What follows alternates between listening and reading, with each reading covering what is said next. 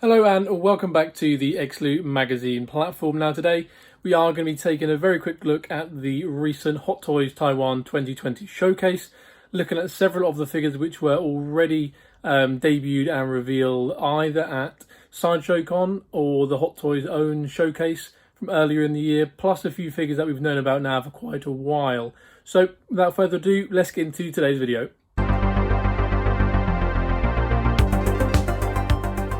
So as mentioned right at the start of today's video, we are going to be taking a closer look at the official gallery that Hot Toys have released of their exhibition over in Taiwan. Now, we will just say right at the beginning, there's nothing new here.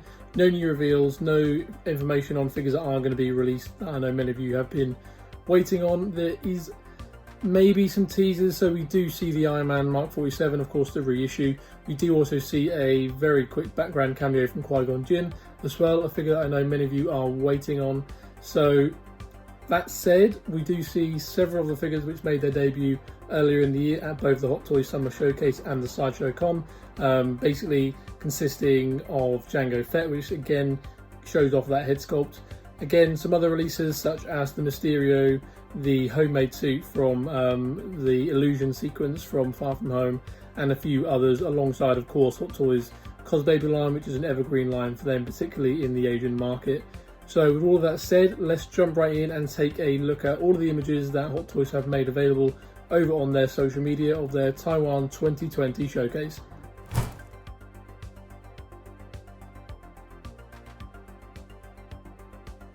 So we are going to be kicking things off, of course, with the Mysterio, the 1/6 scale Mysterio from Hot Toys. Of course, everything you see here in today's video is from their 2020 Taiwan showcase, naturally.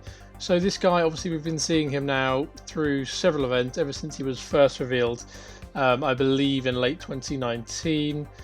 No head sculpt yet that we can see. There's still no news on that. Of course, Jake Gyllenhaal, I should say, when I'm referring to he. The sculpt for his likeness was presented in some early promotional images using the blurred technique, which they often do to obscure a prototype they're currently working on. That's since been removed, so we're kind of in limbo as to whether or not we are going to be getting a Gyllenhaal head sculpt. Time will tell. Again, nothing new. This is just the same thing we've seen, the same prototype we've seen out time and again. People are still debating on the whole fishbowl seam. You can't really see it too clearly here, maybe intentionally in the image that Hot Toys have made available to us. But I mean, that debate is going to keep rumbling on for quite some time, I imagine, until we get it in hand and we can actually see how big of a detractor that seam is going to be. Sticking with Spider-Man, as that is how they presented several figures at this event. They grouped them all together in a big Detolf display case. So next up is the 1/6 scale homemade Spider-Man suit, which sees the web slinger straddle one of Mysterio's drones with some little illusion effect pieces right at the very base of this figure. Again, this is an opportunity for you to pick up the homemade suit if you didn't get it the first time around through Spider-Man Homecoming. So like I say, another good opportunity there for you to do so, showing off the posing here. And I think one of the things which is more alluring about this figure when compared to some of the more recent PS4 Spider-Man figures is the fact that because the suit is made from that cotton material, the folds and the bends in the material look far more natural and obviously not going to cause any long-term damage if you do decide to leave him in a pose as dynamic as the one which you're seeing on your screen right now. Jumping back, well, I should say really sticking with Homecoming, really, that's where that suit originates from, as we arrive at the Iron Man Mark 47. Of course, this is the reissue. It proved to be very popular the first time around, as we only really see it for, I'd imagine, what is a matter of minutes really screen time in Spider-Man Homecoming. So yes, you do obviously get that Tony Stark head sculpt there that you see. Again, pretty standard fare if you had this the first time around, and obviously this is not going to be of any interest to you, but for those of you that wished you picked this up first time around and have been trying to snag him, obviously coming up against those very high aftermarket prices, then this is another great opportunity for you to do that. And of course, you know, as Hot Toys making more bang for their buck on a figure which they already have the sculpt for. So we're leaving Spider-Man behind and we are transitioning now over to the Avengers at large.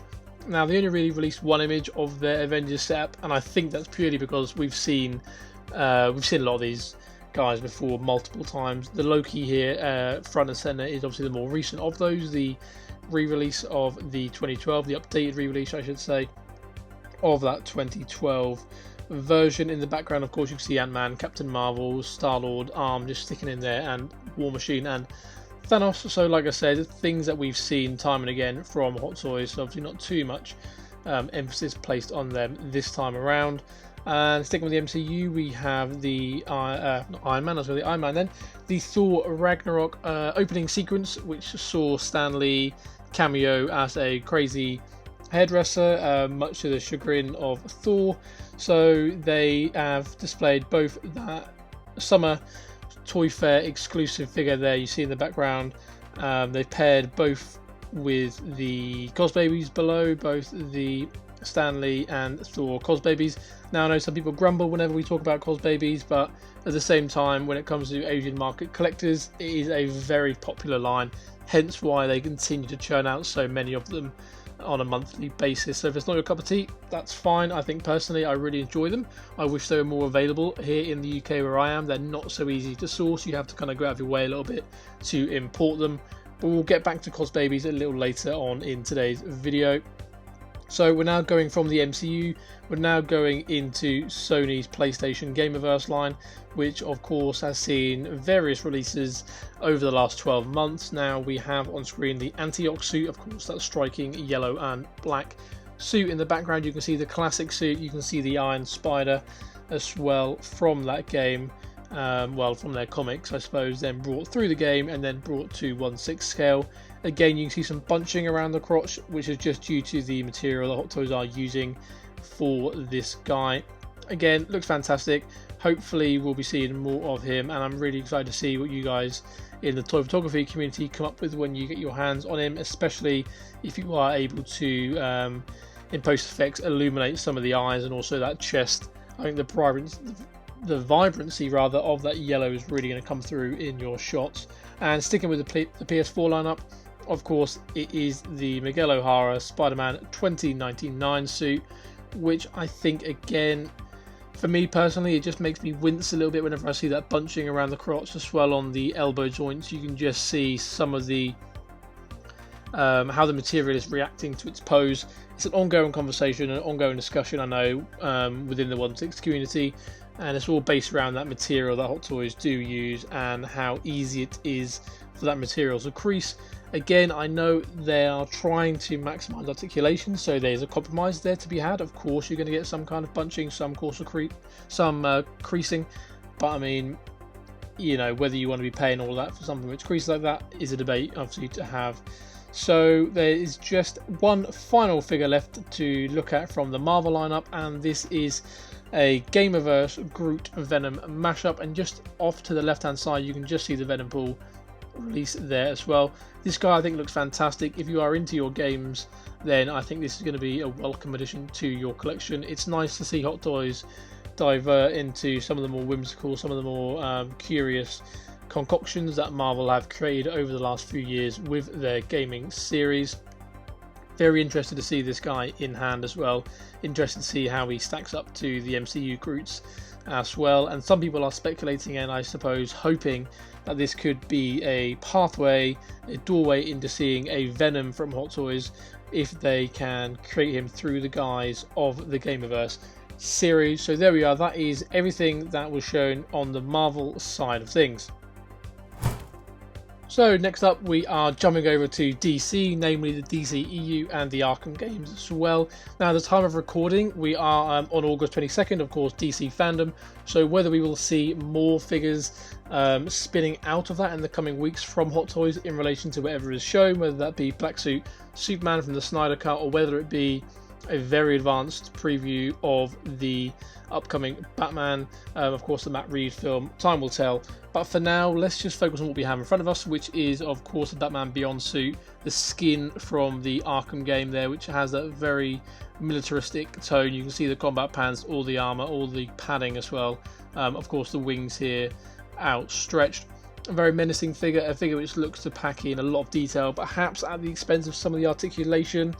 Again, when it comes to Hot Toys, they obviously play it safe naturally whenever they're posing their own prototypes, and I think we have to wait and see when this guy gets in hand to really determine just how strong the articulation is on this guy and whether he is hindered in any way. So from the Arkham games, jumping into the DCEU, namely Wonder Woman 1984, which I'm sure we're going to see and hear more about at DC Fandom at the time of recording today. In the background you can see the Golden Eagle armor there, which I think is proving to be quite a popular addition to the lineup. It's interesting they've chosen to display her with the wings not attached. I think actually the wings are one of the biggest, most impressive features about that figure, and also front and center is the main suit costume, I suppose, not really a suit, the main outfit there worn by Diana, the red and blue with bronze trim there, which is going to be the main outfit she wears throughout the film, of course straddled naturally by various cos babies, again showcasing that standard suit and the Golden Eagle armor. And we're now going to jump back into Arkham game. Probably should have put them next to each other, but there we go. Again, looking at the Batman Beyond skin, another angle on that, as well as the main Arkham Knight Batman suit in the premium gold trim there, which you get for a full 100% completing the game. So that about does it for DC. Quite light on the ground, but as I say, hopefully more to come from DC in the coming months. Up next, Star Wars and the prequels. Now, if you came here looking for lots of images on Star Wars figures, then I'm afraid you're going to be disappointed, mainly because Hot Toys have only released this single image here, which shows Jango Fett, and behind him an interesting cameo from Qui-Gon Jinn. Now, the latest rumour we heard on Qui-Gon was that he was meant to be releasing soon.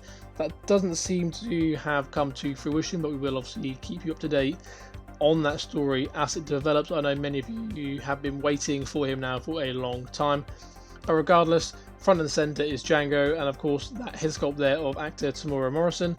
Now, whether that's going to be the final one or how much work is going to be done to that head sculpt before we see the final production variant, obviously time will tell. I think it still needs a little bit of work to bring it in line with the actor's likeness a bit more. But I mean, I'm happy just to see a Jango. Some interesting comments have actually said that he should have been paired with a young Boba from Attack of the Clones. I think that would have made a really interesting release, a very special, almost Toy Fair exclusive release, which they could have opted for, but obviously just sticking with the single figure. So there we are. I mean, when it comes to Star Wars, if you are looking to see any of the other ones, though, you can catch everything from Hot Toys so far this year over on our website. Links are down in the description below. Thank you for making it to the end of today's news video here on the Exclude Magazine YouTube channel. You can show support for our platform by hitting the subscribe button. Drop your thoughts down in the comments on today's video. Let us know what you thought about today's news. Of course, you can find us on social media via @Exclude Magazine and on our website excludemagazine.com, where you can find the latest news and previews from right across the collectibles industry, alongside digital versions of all of our magazines. Again, a big thank you. I've been Jack. Thank you for joining us, and I'll see you again here very soon. Cheers, guys.